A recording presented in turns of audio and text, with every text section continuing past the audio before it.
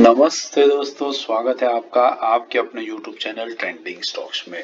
Last Monday 2 दिसंबर को हमने 3 stocks को आइडेंटिफाई किया था पोजिशनल ट्रेडिंग के पॉइंट ऑफ व्यू से। तो चलिए देखते हैं इस हफ्ते इन स्टॉक्स में किस तरीके का मूवमेंट हुआ है, हमें एंट्री एग्जिट के मौके कहां पर मिले हैं। तो चलिए पहला स्टॉक देखते हैं, वो था DBL, Dilip Buildcon. Dilip Buildcon हमने बेसिकली क्यों सिलेक्ट किया था, क्योंकि ये स्टॉक एक राउंड वीकली टाइम फ्रेम पर अगर मैं आपको रखूं तो आपको दिखेगा एक राउंडिंग बॉटम पैटर्न कंप्लीट कर रहा था। प्राइस एक्शन के साथ में 20 और 50 वीक एक्सपोनेंशियल मूविंग एवरेज के सपोर्ट पे ये स्टॉक ऊपर की तरफ बढ़े जा रहा था, इसलिए हमने इस स्टॉक को सिलेक्ट किया था। तो इस हफ्ते स्टॉक ने जो है वो 3% प्लस की मूवमेंट दिखाई है क्लोजिंग बेसिस पे। एंट्री हमने इसमें रखी थी 460 से 480 की रेंज में और 420 का स्टॉप लॉस था। तो स्टॉक ने जो लो लगाया है वो 476 का लगाया है, मतलब स्टॉक हमारी बाइंग रेंज में परफेक्ट ले आया और बहुत अच्छी खासी आपकी 476 480 के लेवल पर एंट्री भी स्टॉक के अंदर में हो गई होगी और वहां से ये स्टॉक ऑलरेडी आपको क्लोजिंग बेसिस पर 4% का मूवमेंट दिखा चुका है। ये वाली जो ग्रीन कैंडल है, ये कैंडल आपको ऑलरेडी 4% का मूवमेंट दिखा चुकी है। तो बहुत बढ़िया एंट्री हो गई है, अभी स्टॉक में बने रहिए और देखिए स्टॉक कैसे अपने 750 के टारगेट की तरफ धीरे धीरे करके अग्रसर होता है, उसके बाद 1200 के टारगेट के लिए आगे बढ़ता रहेगा ये स्टॉक। तो दिलीप बिल्डकॉन में अच्छा खासा एंट्री हो गया और अच्छा खासा प्रॉफिट में भी एक बैठोगे। ट्रेलिंग स्टॉप लॉस को ट्रेल कर लीजिएगा और फिर आगे इसमें बने रहिए। दूसरा स्टॉक है एडलवाइज। एडलवाइज हमने क्यों सिलेक्ट किया था देख लेते हैं। राउंडिंग बॉटम पैटर्न बना रहा था, एक्सपोनेंशियल मूविंग एवरेज के ऊपर प्राइस एक्शन बना करके ये स्टॉक अच्छी खासी रिकवरी दिखा रहा था।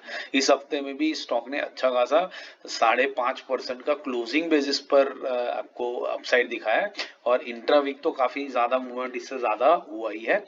बट देख लेते हैं हमने बाइंग क्या रखा था, 106 से 122 का रखा था और 100 के नीचे स्टॉप लॉस था। इस हफ्ते में स्टॉक ने जो लो लगाया वो 121 का लगाया है, जो हमारी बाइंग रेंज में जस्ट टॉप साइड को टच किया।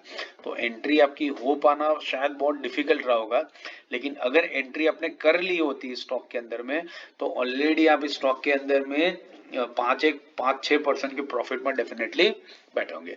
तो एंट्री थोड़ी सी टफ थी, बट यस ये ऑलरेडी रिजेक्शन दिखा चुका था यहाँ से और ऊपर जा रहा था। तो एंट्री हुई है तो ठीक है, नहीं हुई है तो इसको चेज नहीं करना है।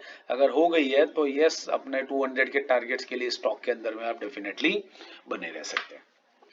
तीसरा था engineers India limited. Engineers India limited हमने क्यों सिलेक्ट किया था, अगेन देखिए एक रिजेक्शन लिया था ऑल टाइम हाई के पास से और फिर वहां से नीचे आकर के एक डब्ल्यू पैटर्न बना करके दोनों मूविंग एवरेज का कंसोलिडेशन हो रहा था और फिर यहाँ से स्टॉक ऊपर की तरफ जा रहा था।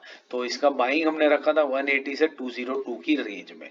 तो स्टॉक ने जो लो लगाया वो 197 का, तो अपने रेंज के हायर एंड पर रहा है, लेकिन ये सबकी एंट्री डेफिनेटली हो गई और जहां पर भी आपने एंट्री करी होगी वहां से आप ऑलरेडी स्टॉक के अंदर में 2 से 3% के प्रॉफिट में डेफिनेटली बैठे होंगे। बस अब इसको वॉच लिस्ट पे लगाइए और देखिए 304 के टारगेट की तरफ किस तरीके से ये स्टॉक धीरे धीरे अग्रसर होता है। आशा करता हूँ ये एनालिसिस आपको समझ में आ रहा है और पसंद आ रहा है तो वीडियो को लाइक जरूर कर दीजिएगा और अगले हफ्ते के 3 पोजिशनल स्टॉक्स और मंडे के दिन के लिए 3 स्विंग और इंट्राडे के स्टॉक सिलेक्शन के वीडियोस और सेक्टरल एनालिसिस और हर सेक्टर के टॉप पिक्स के वीडियोस वो सारे मैं यहाँ स्क्रीन पर रख दूंगा। तो इनको देखिए, सीखते रहिए और पूरे वीकेंड का फायदा उठाइए। Thank you and have a great trading week ahead.